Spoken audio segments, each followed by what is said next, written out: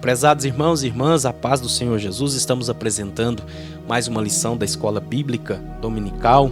Estamos na última lição do segundo trimestre do ano de 2022, lição de número 13 da editora Betel, que tem como tema um novo céu e uma nova terra. O texto áureo da lição encontra-se em Apocalipse, capítulo 21, verso 4, que nos diz: "E Deus limpará de seus olhos toda lágrima, e não haverá mais morte, nem pranto, nem clamor, nem dor, porque já as primeiras coisas são passadas." E os objetivos dessa lição são mostrar a felicidade que está reservada ao justo no porvir, destacar a lista de pessoas que ficarão de fora e exortar a Igreja de Cristo a testemunhar destas coisas. Os textos de referência encontram-se em Apocalipse capítulo 21, verso 1, 2, 3 e 4. Nessa lição, o comentarista apresenta que no livro do Apocalipse é apresentado o futuro da humanidade. E nesse livro nós temos uma revelação do Senhor Jesus dada ao apóstolo João, onde Deus nos mostra tanto o destino do ímpio, como também Deus mostra também e revela o destino do justo.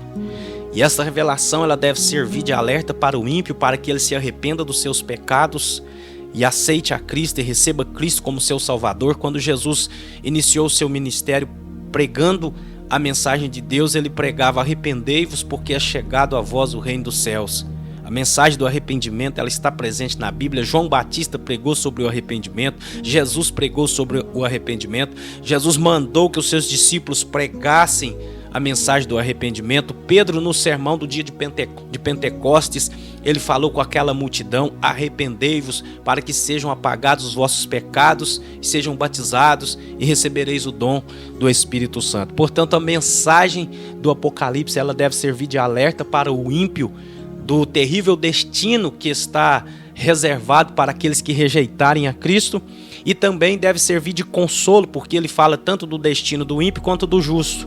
E para o justo, para o povo de Deus, para a Igreja de Cristo, deve servir de consolo, que deve ler, ouvir, guardar as palavras dessa profecia, e não somente isso, mas anunciar e testemunhar destas coisas, daquilo que está para acontecer. Capítulo 1 da nossa lição, o comentarista vem apresentando para nós novos céus e nova terra. Nós precisamos recordar que lá no livro do Gênesis, capítulo 1, verso 1, a Bíblia diz que no princípio Deus criou os céus e a terra.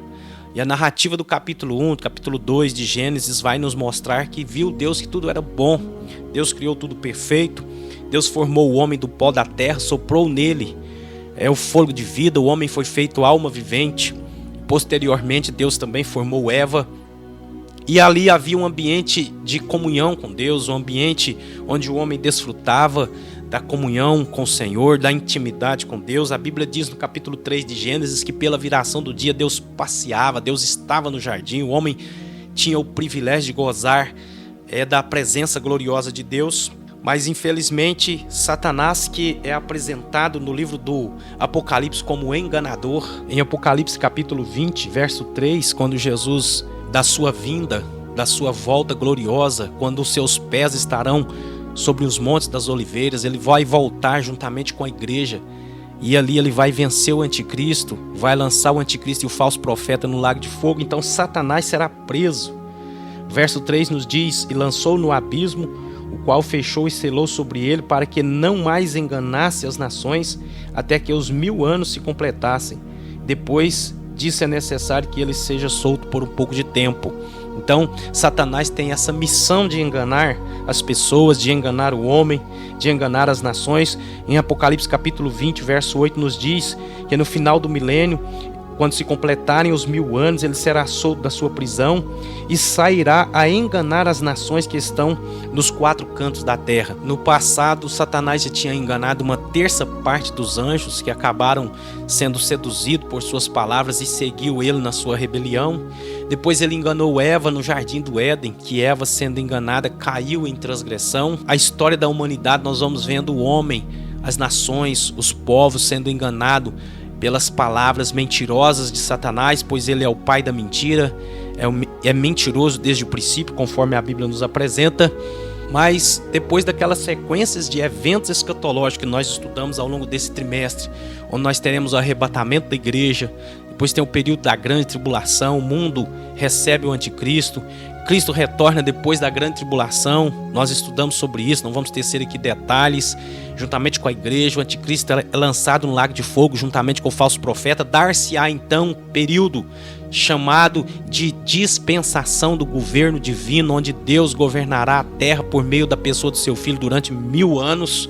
Será um governo perfeito, um governo de paz, onde haverá paz, onde haverá justiça, reinará a justiça, onde vai haver uma restauração parcial da terra, a terra será parcialmente restaurada, será um período glorioso, mas quando se completarem os 1000 anos, conforme Apocalipse 20, verso 3, Satanás será solto para sair e enganar as nações, e muitos novamente serão seduzidos pelas palavras enganadoras de Satanás, e mesmo depois de um período de 1000 anos, sobre um governo perfeito do príncipe da paz, onde reinará justiça, paz, amor, felicidade. Não haverá mais gastos com materiais bélicos, conforme nos é apresentado no livro do profeta Isaías, mas isso vai revelar a maldade que há na natureza caída do ser humano, porque mesmo depois de um governo de 1000 anos de perfeição, ainda assim muitos ainda vão se rebelar e seguir Satanás nessa última rebelião final, onde então Satanás terá o seu destino final, será lançado no lago de fogo, conforme nos apresenta Apocalipse capítulo 20,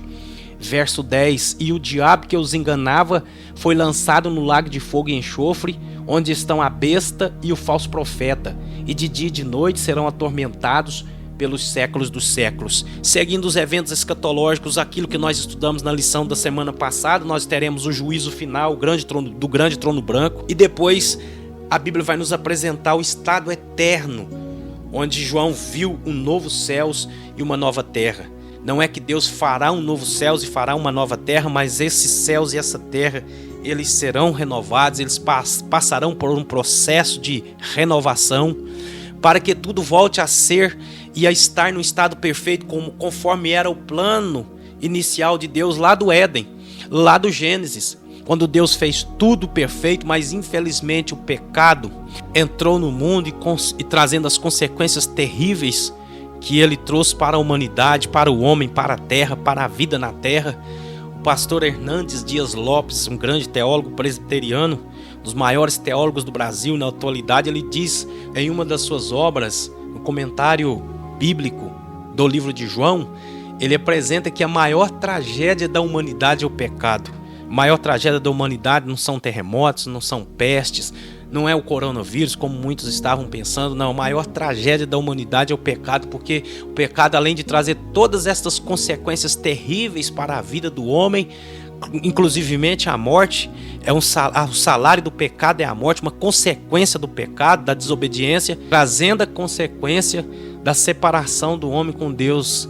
E conforme nos apresenta o Apocalipse, aqueles que não aceitarem a Cristo, aqueles que rejeitarem o escape, a salvação, a mensagem do Evangelho, terão um destino terrível por rejeitar o Evangelho, que é a morte eterna, que é a separação total, eterna da comunhão com Deus, a separação eterna de Deus, coisa terrível, que nós precisamos pregar a palavra, falar de Cristo para as pessoas, para que elas tenham o conhecimento que existe um destino terrível reservado para aqueles que rejeitarem o Evangelho, e para que eles tenham a oportunidade de receber a Cristo para serem salvos. Então João, na sua visão, ele diz em Apocalipse capítulo 21, verso 1, que viu um novo céu e uma nova terra, porque já o primeiro céu e a primeira terra passaram, e o mar já não existe. O que nós acreditamos, a teologia assembleiana prega e anuncia, é que não haverá um céus no sentido de Deus fazer outra terra ou outros céus, mas Deus, essa terra, esse mesmo céu, passará por um processo de renovação. E o que nos chama a atenção é que essa terra restaurada, João disse que o primeiro céu e a primeira terra já passaram, e os homens habitarão nessa nova terra, livre da natureza pecaminosa, livre de Satanás, que já terá o seu destino, que é o lago de fogo, conforme nos é apresentado em Apocalipse 20, verso 10. E os homens que habitarão essa nova terra serão aqueles oriundos, justos, oriundos do milênio. Eles que vão habitar essa nova terra, livre de qualquer estado de imperfeição, porque Deus habitará no meio deles. e sem nenhuma possibilidade de queda, de pecado, porque o mal será a partir desse momento banido da história da humanidade.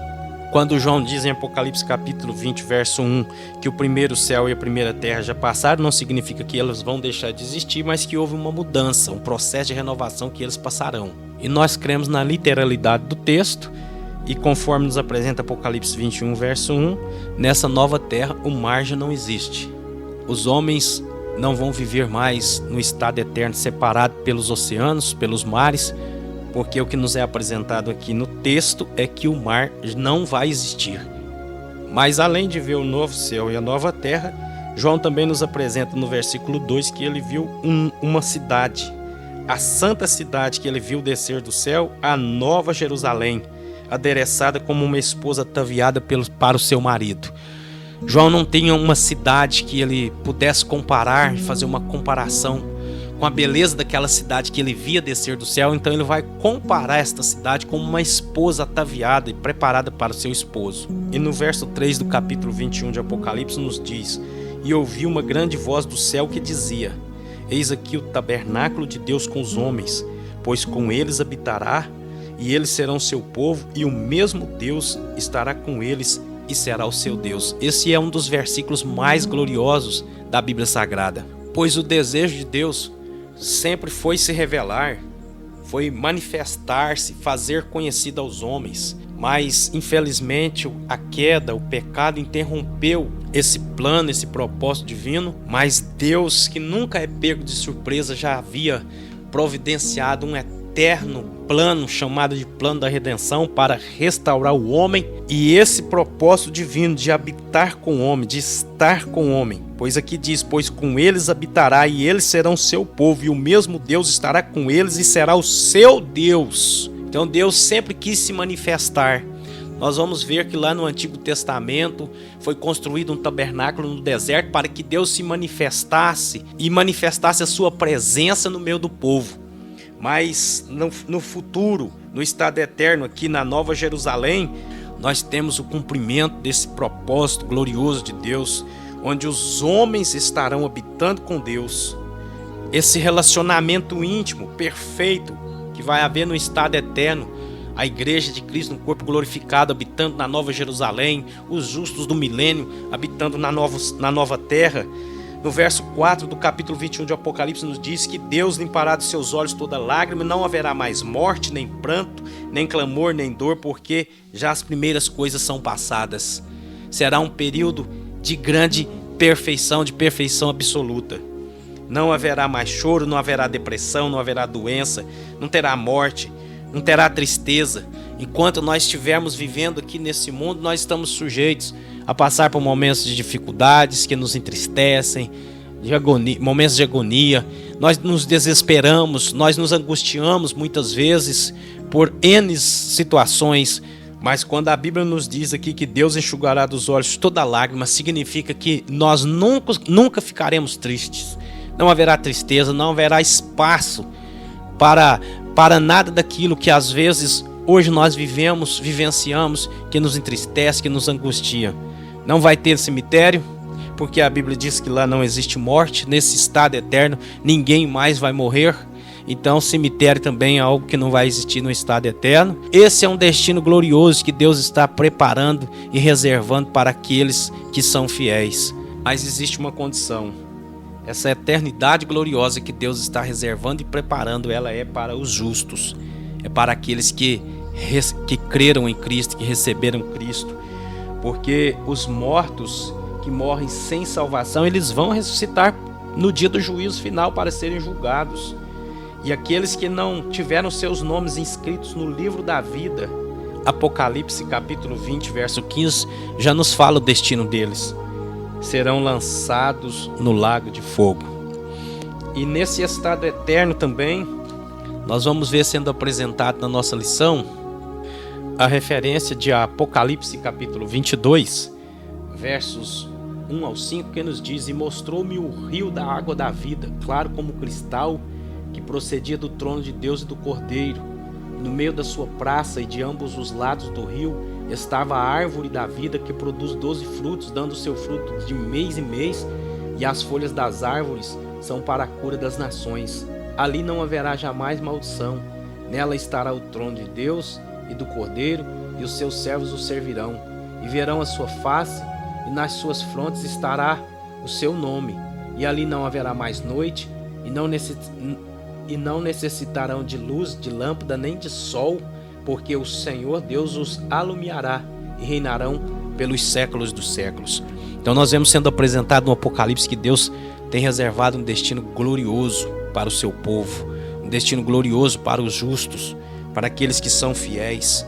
Mas também nos é apresentado no Apocalipse o destino dos ímpios.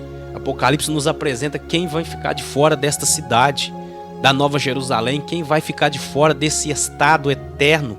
Quando eu digo estado eterno, eu estou dizendo um estado eterno com Deus, habitando com Deus, porque eles vão passar a eternidade no lago de fogo. Esse será o destino dos infiéis, o destino dos injustos, daqueles que rejeitaram a Cristo como Salvador, conforme nos é apresentado em Apocalipse 20, versículo 15. E todo aquele que não foi achado inscrito no livro da vida foi lançado no lago de fogo. E a Bíblia vai nos apresentar quem são os que ficarão de fora, quem são aqueles que não vão participar desse estado glorioso com Deus por toda a eternidade. Apocalipse capítulo 22, verso 15 nos diz: e ficarão de fora os cães, os feiticeiros, os adúlteros, os homicidas, os idólatras e todo aquele que ama e pratica a mentira.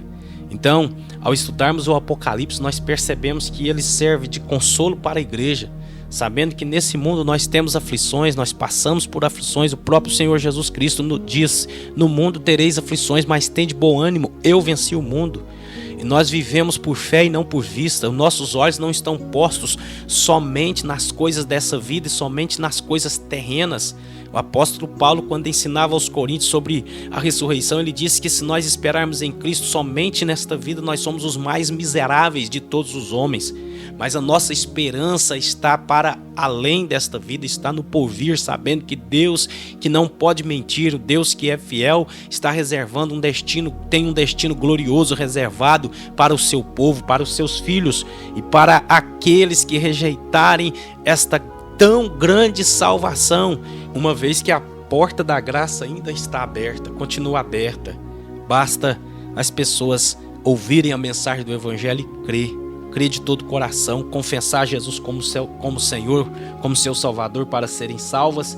Mas aqueles que rejeitarem a Cristo, infelizmente, estão atraindo sobre si mesmo a condenação, porque Deus é justo, Deus é amor, mas a justiça não anula o amor de Deus, e o amor de Deus também não vai anular a justiça divina.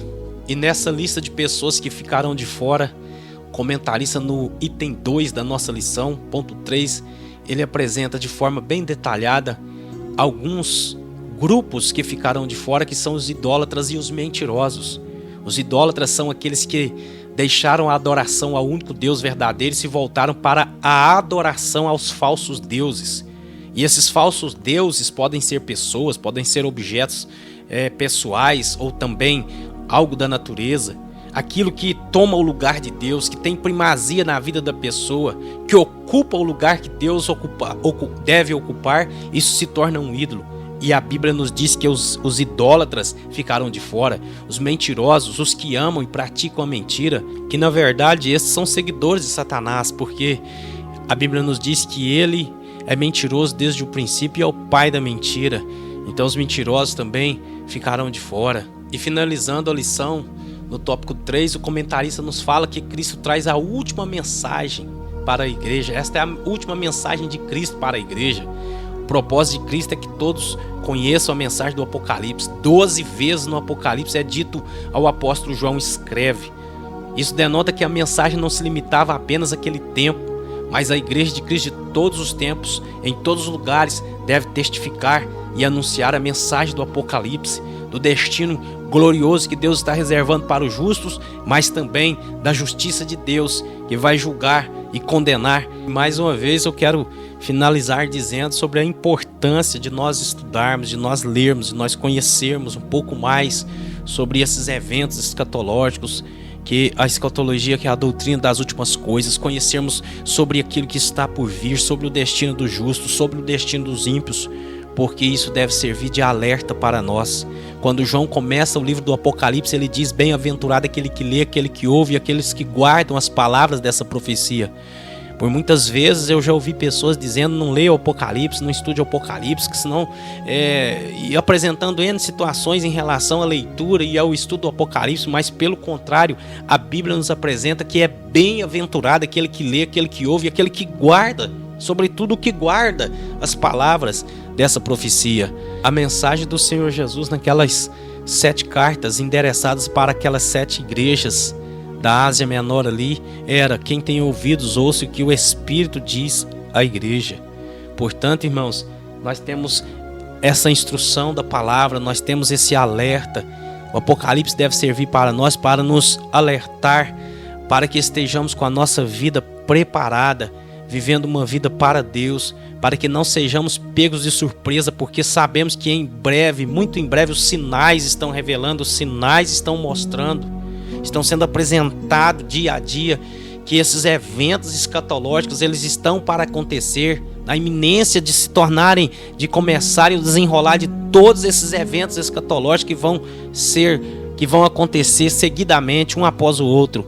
Então que estejamos preparados, servindo a Deus, vivendo uma vida de santidade, em obediência ao Senhor, sendo fiel, pois a Bíblia diz que aquele que for fiel, aquele que perseverar até o fim, conforme diz Mateus 24:13, aquele que perseverar até o fim será salvo, para não correr de termos corrido em vão, andado em vão, mas que sejamos daqueles que perseveram, que continuam para que alcancemos esses privilégios gloriosos que Deus está reservando para os justos, para a igreja, para o seu povo, que terão o privilégio de viver uma eternidade com Cristo, gozando da presença de Deus, onde não haverá morte, nem pranto, nem choro, nem dor, nem tristeza, nada dessas coisas que muitas vezes nos causam tanto sofrimento nessa vida presente.